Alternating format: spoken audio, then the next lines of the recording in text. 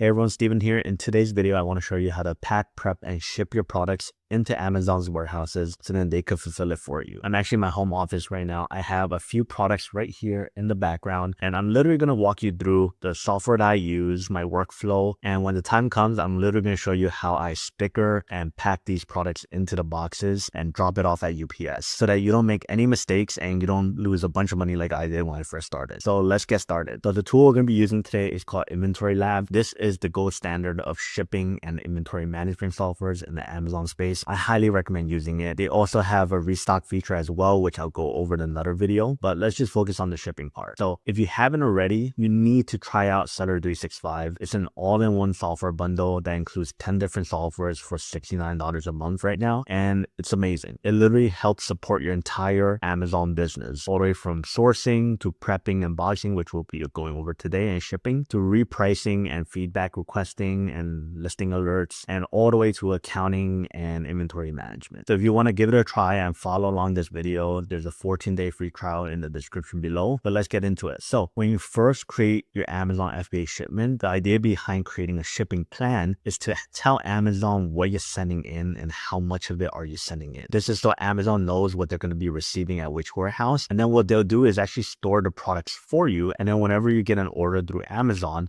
will fulfill the products and send it to a customer on your behalf. So most of the work is done as soon as you send it in, but where the initial work comes in is we actually have to create a shipping plan. We prep the products in according to Amazon's guidelines and make sure that they receive our products. And that's what we're going to be covering today. So when you first get into InventoryLab, you want to click on list and list and prep, and it'll take you to this page where you'll be able to create your shipping plan. All of this is done on InventoryLab, so you don't have to go into your Seller Central account to do anything else. And the reason why you want to use a third-party software to help you create your shipping plans and manage your inventory is because as you scale your business, Seller Central is very limited on what they can do for your business. And you don't want to be double entering in information or triple entering in information if you're using a separate repricer. You want it all done in one place. And this is exactly what InventoryLab can do for your business. So let's start a batch, which is a shipping plan. When you create your first shipment, it's going to ask you to name your batch. You can name it whatever you really want. I usually put the date of my shipment and the supplier and the products, but you can literally name it whatever you want for yourself. So I'm actually going to name this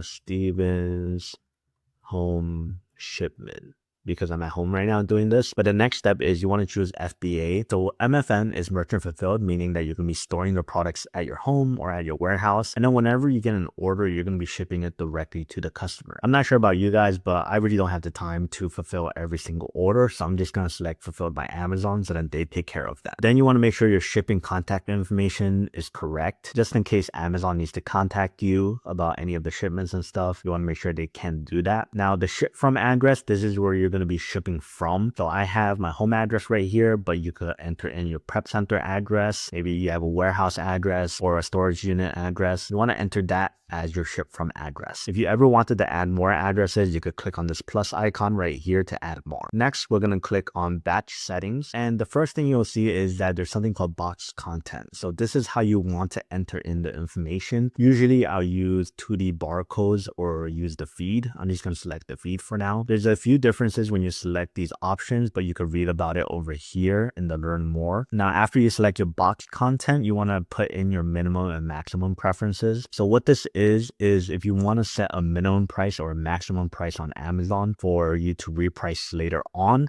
you can enter that information within the software. And that's another advantage of using a shipping software instead of Amazon Seller Central, is that you don't have to double enter everything. So if you use Seller 365, they have a repricer included. So your minimum price and your maximum price will be sent to that repricer. So after those two, then you want to tell InventoryLab whether you're going to be uploading a buy list, meaning if you do retail arbitrage where you're scanning for products and you use Scout IQ or you use Scoutify, you can actually create a buy list directly on your phone in order to upload it into InventoryLab. Now you could also use a CSV file if you select on file, which you could download from Google Sheets and then upload it into here. But if you only have a few items, then you could just select no buy list needed and just search it up inside the software. Now if you have hundreds or thousands of different products, then you might want to select it from a file. And the last setting it's going to ask you is whether you want to ship via SPD or LTL. So SPD or just boxes. I'm probably only going to have 3 or 4 boxes here, so I'm just going to select SPD. But if you ever want to ship more than 150 pounds or you want to ship a pallet, save some money, then you could also select LTL as well. And in LTL, they're going to give you 2 options. So the first option is going to be pack first, meaning that you already have all your box information that you're going to tell Amazon. And then what software will do is generate you the placement options after you enter in all the information. So it's going to tell you which warehouses Amazon wants you to ship your product into. Now, the coolest update that InventoryLab released recently is their pack last option, which is that you get to see where your products are going before you enter in any box information. Now, part of this update is also the ability for you to skip entering in box dimensions and weight, which saves so much time. So if you're shipping pallets or truckloads from your warehouse or from your storage unit, this is definitely the option to go with. But if you're only shipping a few boxes, less than 150 pounds, just select SPD. So we're going to select SPD and then start our batch. So once you start your batch, the next step is to actually find the product you're sending in. So there's 2 ways that I usually do this, whether I look for the specific item with a keyword like solo for solo cups, or I can just copy and paste the specific ASIN that I'm trying to sell. So this is the actual listing I'm trying to sell. I'm going to copy and paste the ASIN from the link up here. You could also copy it directly from ScoutX right here and then paste it into your find it. So it's going to find you that specific product. Now it's usually going to give you 1 or 2 options, the Amazon catalog or your FBA inventory. If you see FBA inventory, it means that you've already taken the time to list this product into your own inventory. Now, if you only see Amazon catalog, that means that you haven't added it into your inventory yet. So since we already added it, I'm just going to select FBA and I'm going to choose one of these SKUs that I've added in the past. Now, if you're asking me why I have 4 different SKUs, don't worry about it. I was just testing things out. Usually you want to keep it under 1 SKU, but let's say you haven't added this product into your inventory yet, you could also add it to your inventory directly from InventoryLab. So if you click on AMZ catalog, you could put in your information like, hey, I have 100 of this unit. It costs me $2 each unit. I want to sell this as a new condition. Flyer information right here. I want to put in my purchase information right here just to keep track of all of that. You could rename your MSKU, which is your personal identification for this product. So you could rename it like Solo and then put in your supplier like Costco and then put in the price you got it at like $2.90. And since we selected enter in minimum and maximum price, we could also enter in our minimum price, which I'm going to copy right here, $11.90. And then for our maximum price, I'm going to put $17.99. Now for the label owner and the prep owner, it's just going to be you, the seller. For expiration date, this is for products that expire. Usually if it doesn't expire, I'll set out 2 to 3 years from today's date. And if you ever wanted to add any reminder notes, you could also do that as well. Now regulated and battery, these are no, and then tax code is optional. Now what's cool is they'll tell you your estimated ROI and net profit per unit based on this price, right? So let's say we're putting $11.90 as our price, then it's going to recalculate the ROI and the net profit. So you could quickly see how much you can make based on the current price. Now the final step to get this listed is to click add to batch. And then what it's going to do is communicate with Amazon to get it listed into your inventory. Now, since we added this into our inventory already, which I highly recommend you do before you buy any product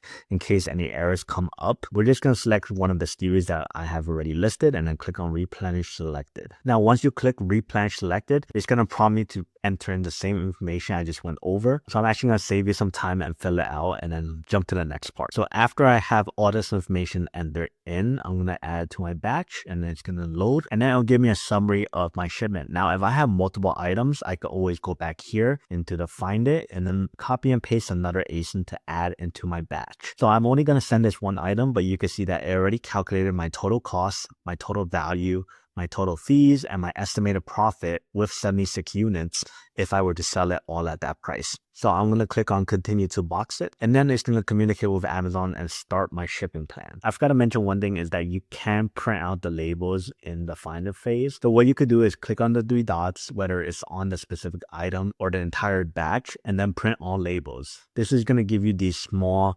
FNSKU labels that you need to actually identify the products individually. I already did it. That's why I forgot to print it out right here. But just to show you that you could print out all the labels right here, and you could also change the condition condition of the item or the quantity right here. So we're going to print out all the 76 event SKU labels that we want to print. And then as long as you have InventoryLab connected to your printers, you should be able to print out these labels right here. So how you're going to connect them is actually going to the settings. That's another thing I forgot. It's been so long since I connected it, but you go to your settings and then you click on printer settings and then you download the InventoryLab software, which will connect to your printers. And then every single time you need to print out these event SKU labels, you'll be able to do that instantly. So I'm just going to continue back to the boxer phase, which is super cool because you could go backwards and forward in your shipping plan if you ever made a mistake. And I'm going to start labeling these products in the back here. So now in the boxer phase of the shipping plan, this is the part where I'm going to print my labels, put all the items in their respective boxes, and then have all that information ready to enter in. So you can see here, I have one group of boxes right here, and I have that one specific item, right? I have 76 units. I have to add the 76 units into each box, right? So this is to add the entire 76 units into the box, but I have a few boxes here. Honestly, it's probably going to be like 10, 20 units per box. So I'm going to have multiple boxes. What you could do is something called quick box, where you have the same box dimensions and weight. You could just quickly add multiple boxes of that information, right? Let's say my Home Depot box is 12 by 12 by 12, and I have 3 boxes of 20 units. And then let's say it weighs 15 pounds each box. I could quickly create 3 boxes right here. So you see B3, B2, B1. These are the 3 different boxes, but I'm actually going to remove that and then delete these boxes because these aren't actually the dimensions of it. Now, if you don't have the same boxes and the same dimensions and stuff, what you could do is just add a new box up here and enter in the weight and dimensions of each box up here. So it's pretty intuitive. You could go to the next box. You see everything inside these boxes, but this is where the real work comes in, right? So I'm actually going to step away from the computer and go start packing and prepping these solo cups.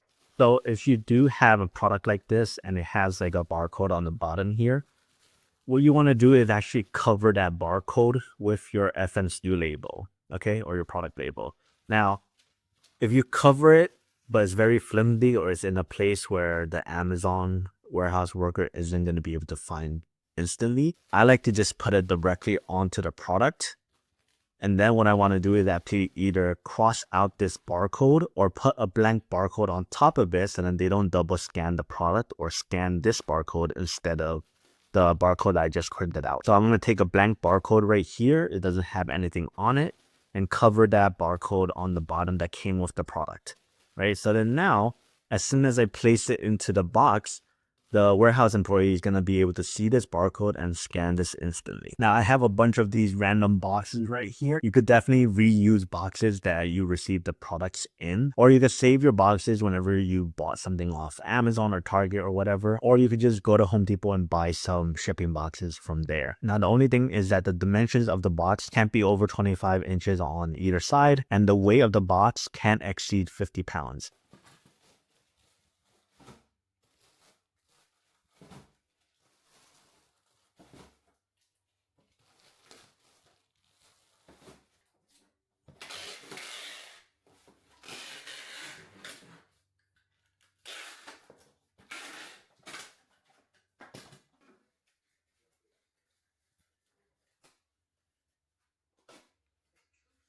All right, so I just finished packing all the boxes behind me. I have 6 boxes. I had to change the amount of units because I actually counted 88 units. So I just went backwards and changed the quantity amount. But then now we're on this page where we're going to start entering in our box information. So I'm going to do a quick box because I have 3 of the same boxes, the Home Depot boxes on the bottom. They have 3 boxes with 13 units each, and they weigh 10.15 pounds. So I actually weighed them with my scale. That's another thing you might need. And then the dimensions of the box is 18 by 12 by 12. I'm going to print packing ID labels. So the packing IDs are just a way to label your boxes in case you forgot which boxes were what. But if you wrote it down already, it's completely fine. You don't really need it. But if you ever wanted to print them, you just click on print. And then they will print out like this for you to identify the boxes. I'm going to add the rest of the boxes here. So I'm going to go into new box, and then I'm going to put 10 units to add to box 4. And then I'm going to add the box dimensions right here. So it's going to be 16 by 12 by 12. And the weight for this box is going to be 18.12. I'm going to save the dimensions. Make sure you save it. And now I'm going to add another box right here. So this one, I have 17 units in box 5, and I'm going to add the dimensions for this. So I'm going to put 18, and the weight for this one is 14.15. And my final box is just going to be the rest of the 22 units. So I'm going to add that to box 6 right here, and then I'm going to add the dimensions. So I'm going to put 18 by 16 by 12. And then this one's going to be 19.9 pounds. So now that I have all my boxes completed right here, you see the 0, and then I have 6 boxes right here. We could go to the next phase, which is the ship it phase of the shipping plan. So we're going to go to next, and I'm probably going to drop it off today and click confirm. And now it's talking to Amazon to get the locations of where they want you to ship the products to. So we have 6 boxes, 88 units. Let's see which warehouses they want us to ship these products to. So you can see that it's very transparent. If you hover over the percentage, it tells you what it's doing and what percentage it's at. That's another reason why I would recommend the 3Code Seller 365 software, is that the team behind it, they're very transparent in building the softwares, and whatever feedback you might have to improve the softwares for your own workflow, they take that into consideration. All right, so now it's completed. There's a check mark right here. Now we have to select one of these placement options. Now, of course, we're gonna choose the one that costs the least amount, which is $19.36. So if you hover over these other placement options, other warehouses, they'll tell you where the warehouse is located at. But I'm just gonna select this one right here, which is the cheapest option. And up here, you get to choose the partner carrier. I highly recommend going with partner carrier. This is the ship date. And then you could always drop down to see all the boxes and how many units they have. So the total cost of this shipment is going to be $74.92. Now, the reason that is because each of these boxes that you're sending to Amazon, you have to purchase the shipping label from UPS to ship it to Amazon, and then they fulfill on the rest. And the placement fee that we saw over here is to ship to one location. If you wanted to avoid the placement fee and not pay this $19.36, you would have to ship your products to 5 different locations. But I just want to keep it simple and ship to one location, so I'm going to accept these charges and purchase these labels. So this is the final step, is just confirming whether we're going to ship it or not. So I'm going to accept all the fees and purchase shipping labels. So again, you don't have to leave the software. It's going to communicate with Amazon. It's going to generate the labels for you. And the final step is to sticker on the boxes and drop it off at UPS. So this is the final step. We're going to print our box and shipping labels for this shipment. There's a total of 12 labels. So one set of the labels are for Amazon to scan, and then the other set of 6 labels are for UPS to scan. So we're going to place 2 labels on the boxes, one for Amazon and one for UPS.